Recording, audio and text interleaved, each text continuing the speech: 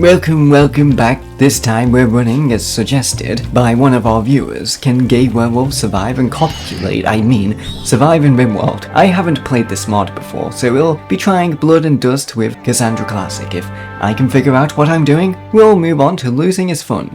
We're also using the medieval Rimworld with no technology mod. Our colonists are Montoya, Gilmore, Baffin, and I've given them all lycanthropy ailments, so yes, are gay werewolves already. Unfortunately, I may have doomed them immediately by dropping them in the desert. With no wood in sight, our gay werewolves immediately turn to the next best thing, manual labor. A stonecutter's block is set up so they can start chiseling rocks into bricks. Luckily, this desert is technically a dry oasis, which means there's a strip of fertile soil nearby. Permanent summer as well, so food won't be a problem unless they die first, which is still very much possible. I lay down a few growing zones and then sketch out a modest barracks.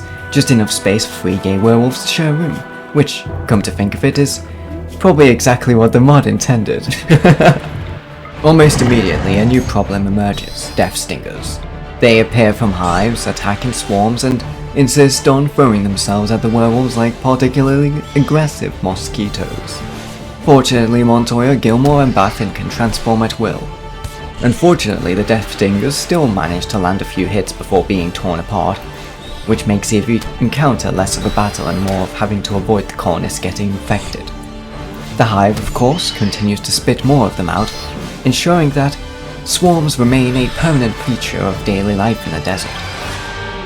Then, of course, comes the obligatory mad animal event. This time, it's an iguana. The fight doesn't last long. One small reptile against 3 fully transformed werewolves isn't exactly balanced gameplay. Still, the iguana does provide a free meal, which is perhaps the first time these gay werewolves have eaten something that doesn't actively try to sting them to death. Next, we receive some visitors. Unfortunately for them, they also receive the death stinger swarms. The guests are immediately set upon, but they manage to kill a few of the bugs. I wasn't really paying attention at the time, but apparently there are previous visitors which came and had already died off screen, which explains the small pile of loot lying around. So while death stingers are an endless annoyance to my colonists, they are also giving us free stuff. They kill the visitors, leave the bodies, and provide us with a steady trickle of free gear. Truly, a symbiotic relationship. A lone tribal who's clearly taken one look at these 3 gay werewolves in the desert and thought, yes, this is a fight I can win. While he's loitering and psyching himself up for possibly one of the shortest battles, I send the colonists out to clear out a few death stingers. Conveniently, their hearts can be eaten for power-ups later, which will fuel perhaps our werewolves getting stronger. When the raider finally commits, all 3 colonists transform at once and immediately kill him. A flawless display of overwhelming force against a single enemy. Wonderful. Next up, we receive the quest, the Ambushed Knight. Sinadinos, apparently a knight of some renown, is fleeing from a manhunting guinea pig. Truly the stuff of legends here. If you can't handle a guinea pig, then you probably shouldn't be a knight. But the reward is honor, so we accept anyway. I assign it to Montoya. The guinea pig attacks Gilmore while he's still in bed, recovering from the last round of death stinger attacks. Montoya handles the guinea pig without issue, but the timing is enough to push Gilmore into a food pinch. And then, of course, we get another round of mandatory mental breaks. This time, it's Baffin who decides that psychotic wandering through a death stinger-infested desert is a good life choice, and surprisingly, he bumps into one and is, subsequently, torn apart. I could have intervened, but honestly, if you're going to do that, then maybe it was just destiny. Farewell, Baffin, you won't be remembered. Now, we get a quest, House of Vane, for a few days in exchange for a recruit called Chili, an anthropomorphic insectoid. Vane, in practice, is the one who carries a title and 0 useful skills, so if things go south, he will become an adequate decoy, which literally is the only use I can see for him here. Oh my god! And you're fucking psychotic wandering. Chili joining is frankly a win, as we've just lost one person and, well, maybe he might help the colony survive, because it doesn't look really great from here. No shit, you're fucked. Because you fucking caused this by fucking dazing. Oh my god. Again? Are you kidding me? Maybe starting in a desert was a stupid idea. It looks like he's running away. Oh, he survived. Eventually the shuttle arrives to collect the Thane. Thank god. The man was less guest and more liability. In return, Chili joins us, a anthropomorphic insectoid and possibly the colony's last hope. By this point, Montoya is the only original werewolf still standing, so Chili is either the salvation we desperately need or another name that is waiting to die. I immediately administer the lycanthrope ailment, because if you're going to live in this colony, you have to be a gay werewolf or, well, it beats the name of the challenge. And then, another quest. Antoinette the Poor, a fitting name if there ever was one. She's a refugee looking for shelter and, more importantly, she can help defend the colony. Naturally, she's inducted into the pack and promptly given the lycanthrope treatment. Her timing is impeccable. A raider arrives just as she enters the colony. Montoya, of course, immediately has a mental break the moment I draft him, leaving the job to Chili and Antoinette. Two recently new lycanthropes. Two recently new lycanthropes against one tribal with a club. The outcome is exactly as predictable as it sounds. The raider dies. And of course, Montoya decides to bless us with yet another mental break. This time it's a food binge, which already is a problem since we've eaten the last of the food. His solution is to march straight into a devastating hive and attempt to eat their jelly. Predictably, this ends exactly how you're imagining. Montoya dies, our only title holder gone. They were not brought down by raiders, but by their own hunger and the hunger for absolutely disgusting sounding hornet jelly. Wonderful. Truly a shining example of intelligence here. That looks like everyone's gonna die from mental breaks. While Chili is busy cooking, Antoinette decides it's the perfect time to go berserk. Her chosen opponent is an ostrich, and the ostrich wins. She's downed almost immediately, and that's honestly the least surprising outcome possible here. Chili, being the last expendable colonist, spends the crisis cleaning the storeroom while the bird struts around in manhunter mode trying to get to him. When it's time to sleep, I finally have him transform into a werewolf and dispatch the ostrich in seconds. Antoinette, however, doesn't make it.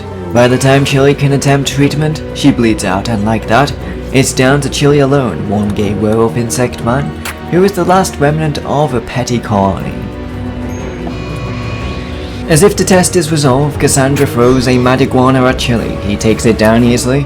One werewolf versus one lizard is hardly a fair fight, but the desert has claimed enough already, and Chili is not going to be its next victim.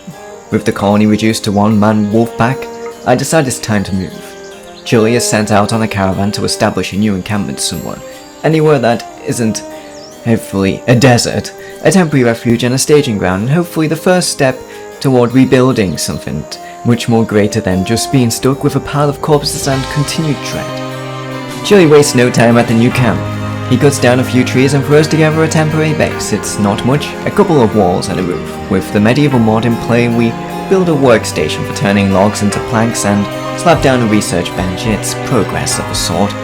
For food, Chili's been living on raw berries for now, so I set up a campfire. Now he can cook his own meals and, well, live the life of a proper medieval hermit. But just in time, the game announces that we're about to be hit by a feral werewolf moon, which sounds terrifying except we're already werewolves, so instead of a raid we get absolutely nothing. Luckily, I suppose, though, it's disappointing we can't convert any of the ferals if they had shown up. And then a raid from the House Hesser. So much for escaping the desert. Conflict seems to have Chili on speed dial. With little in the way of defenses, I hastily order some spike traps. In hindsight, that probably should have been step one. The raider arrives with a polearm, giving more reach than Chili would have liked. I lure him across the half-finished defenses, and he obligingly steps into a single trap. Not enough to finish him, but enough to make things interesting. The fight that follows is brutal. Chili is down, then the raider is badly wounded.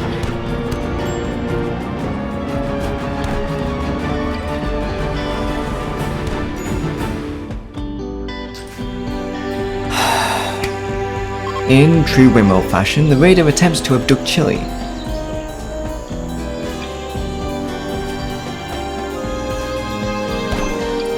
And then promptly collapses while carrying him. Both die together, side by side. Not as lovers as I had hoped, but simply as two idiots who couldn't finish one or the other off. Well, it seems that this, Rimworld story hasn't ended off well, but, at least you know next time we're going to be doing the next viewer request of, bisexual mice. Bye-bye! Well, you thought the video ended there. Not quite. I've got news for you. While I was working on this run, another video went completely sideways when the save file corrupted, but before it died I did manage to capture a bit of content. 8 Cathars ripped straight from the Albigensian Crusade and unceremoniously dropped into the Rim. It's a doomed medieval heresy, but consider it bonus footage, or more accurately, what's left after a colony that literally blue screened. Well, extra content, woo. Straight out of the gate, Luce and Isabella decide to have a full-blown fistfight. They're sisters, so I suppose centuries of sibling rivalry doesn't magically vanish when they are teleported to another planet. Ironically, while trying to beat each other to death, both of them gain skill in melee. So yes, family therapy by the way of punching each other in the face is counterproductive emotionally, but it's very efficient to level them up. Not long after, Luce goes berserk. Again, she really does enjoy attacking people, though this time she sets her sights on the Elder, who at 86 is mostly just here to be old. After failing to make that look impressive, she turns on her own mother, Catherine. Fortunately, I manage a bit of tactical parenting by moving Catherine behind a visiting merchant. Luce charges at the merchant, and the merchant intervenes, and she's swiftly beaten down. One berserker rage over, and that's courtesy of outsourced discipline right there.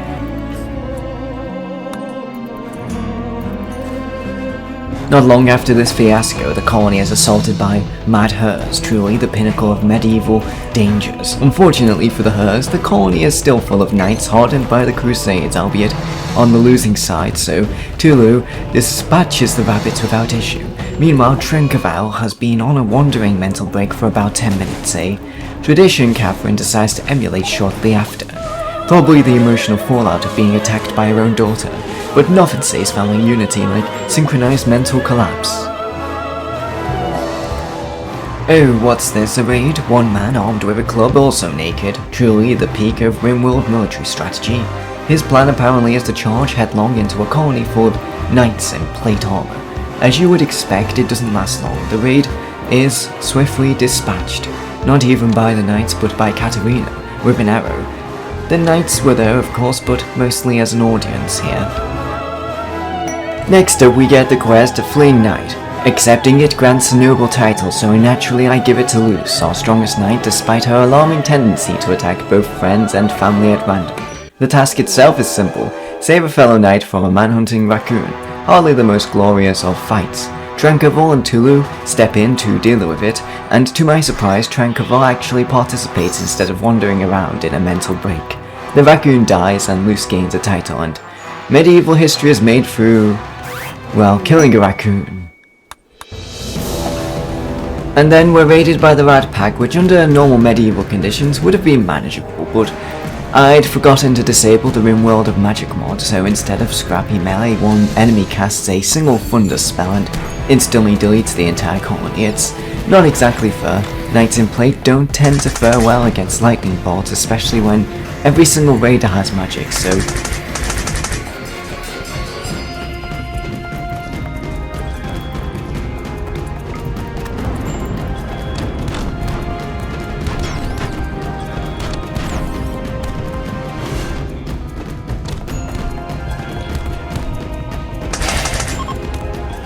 I reload, remove the mod, and revive the colonists for a second chance, but that save had already been corrupted because the entire UI is vanished. Replaced by a solid brown screen, the save file is corrupt and the run is dead, and that is why this is simply extra content and the Cathars are once again relegated to medieval history.